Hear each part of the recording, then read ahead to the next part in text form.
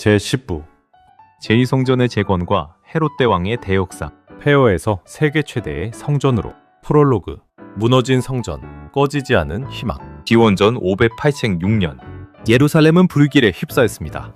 솔로몬이 건축한 성전은 무너졌고 유다 왕국은 역사에서 사라졌습니다. 수많은 백성이 바벨론으로 끌려갔고 하나님의 집이라 불리던 성전은 잿더미만 남았습니다. 당시 사람들은 이렇게 생각했을지도 모릅니다. 하나님께서 우리를 버리신 것인가? 그러나 역사는 여기서 끝나지 않았습니다. 50년도 채 지나지 않아 새로운 제국이 등장합니다. 페르시아의 왕 키루스 2세, 사이러스 타겟 더 그레이트. 고대 페르시아어 쿠루스, 제위. 약 BC 5509제공 30년은 기원전 539년 바빌론을 정복하고 이전 제국들과는 다른 정책을 펼칩니다. 그는 여러 민족에게 고향으로 돌아가 신전을 재건할 자유를 허락했습니다. 유대인들도 예외가 아니었습니다. 이 결정은 단순한 정치적 조치가 아니라 이후 500년이 넘는 유대교 역사를 바꾸는 출발점이 되었습니다. 1. 귀환의 시작. 에스라 제1장은 키루스의 칙령을 기록합니다.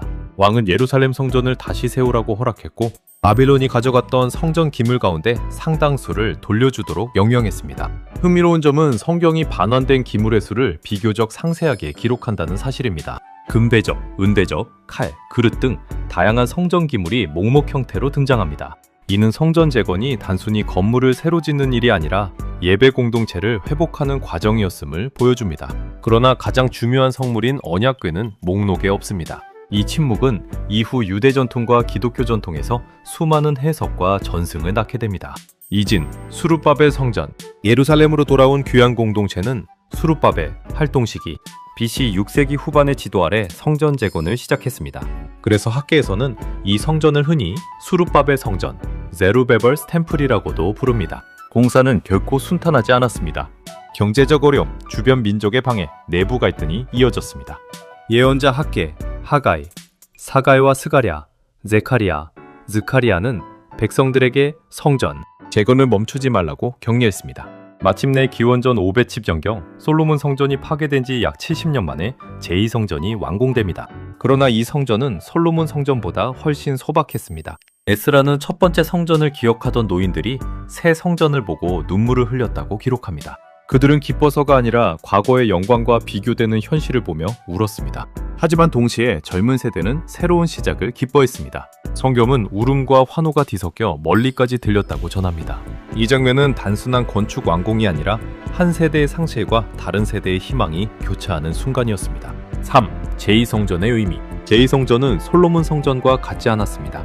언약궤도 없었고 지성소는 비어 있었습니다. 그러나 이 빈 공간은 새로운 신학을 낳았습니다. 하나님의 임재는 특정한 유물에만 머무는 것이 아니라 언약을 지키는 공동체 가운데 함께 하신다는 이해가 점차 강조되었습니다. 이 시기에는 회당, 시나고기의 역할도 커지기 시작했고 율법 연구와 공동체 예배가 더욱 중요한 위치를 차지하게 되었습니다. 이 변화는 훗날 예수 시대 유대교의 모습을 형성하는 토대가 됩니다. 4. 헤롯 대왕의 등장. 기원전 37년 로마의 후원을 받아 유대를 다스리게 된 인물이 있었습니다. 헤롯 대왕, 헤롯 더 그레이트, 헤로디스, 약 BC 734년입니다. 그는 뛰어난 건축가이자 정치가였지만 동시에 잔혹한 통치자로도 유명했습니다. 헤롯은 자신의 정통성이 약하다는 사실을 누구보다 잘 알고 있었습니다. 그래서 그는 거대한 건축 사업을 통해 자신의 권위를 과시하려 했습니다. 바이사랴 항구, 세사리아 마리티마, 마사다, 헤로디움 등 수많은 건축물이 이 시기에 세워졌습니다. 그러나 그 가운데 가장 거대한 사업은 단연 예루살렘 성전의 전면 확장과 재건이었습니다. 그의 목표는 단순한 보수가 아니었습니다. 그는 솔로몬 이후 가장 웅장한 성전을 만들어 유대인의 지지를 얻는 동시에 로마 세계에도 자신의 권력을 과시하려 했습니다. 5. 헤롯의 야심, 성전을 다시 세계의 중심으로. 기원전 2019년경 헤롯 대왕, 헤롯 더 그레이트, 헤로디스, 약 BC 734년은 역사상 가장 거대한 건축 사업 가운데 하나를 시작합니다. 그의 목표는 단순히 낡은 제2성전을 보수하는 것이 아니었습니다. 그는 솔로몬 성전의 영광을 능가하는 로마 제국 동부에서 가장 웅장한 종교 건축물을 만들고자 했습니다. 그러나 유대인들의 반응은 차가웠습니다. 헤롯은 다윗 왕조 출신도 아니었고 에돔, 이두메아 계통의 가문이었습니다. 또한 그는 로마 황제의 후원으로 왕위에 오른 인물이었기에 많은 유대인은 그를 정통왕으로 인정하지 않았습니다. 헤롯은 이 불신을 극복하기 위해 성전 재건이라는 종교적 대사업을 선택했습니다. 요세푸스는 유대인들이 혹시 기존 성전을 헐어버리고 공사를 중단할까 두려워했다고 기록합니다. 이에 헤롯은 모든 건축 자재를 미리 준비한 뒤에야 기존 성전을 철거하도록 했습니다. 이러한 치밀한 준비는 당시로서는 매우 이례적인 대규모 공사 관리 방식이었습니다. 6. 거대한 인공 플랫폼의 건설. 헤롯 성전의 진정한 업적은 건물 자체보다 성전산을 새롭게 만든 것에 있습니다. 원래 모리아산 정상은 넓지 않았습니다. 헤롯은 산의 사면을 거대한 석축으로 둘러싸고 내부를 흙과 돌로 메워 거대한 인공 평지를 조성했습니다. 오늘날 성전산, 템플 마운트, 하라바이트의 직사각형 형태는 대부분 이 공사의 결과입니다.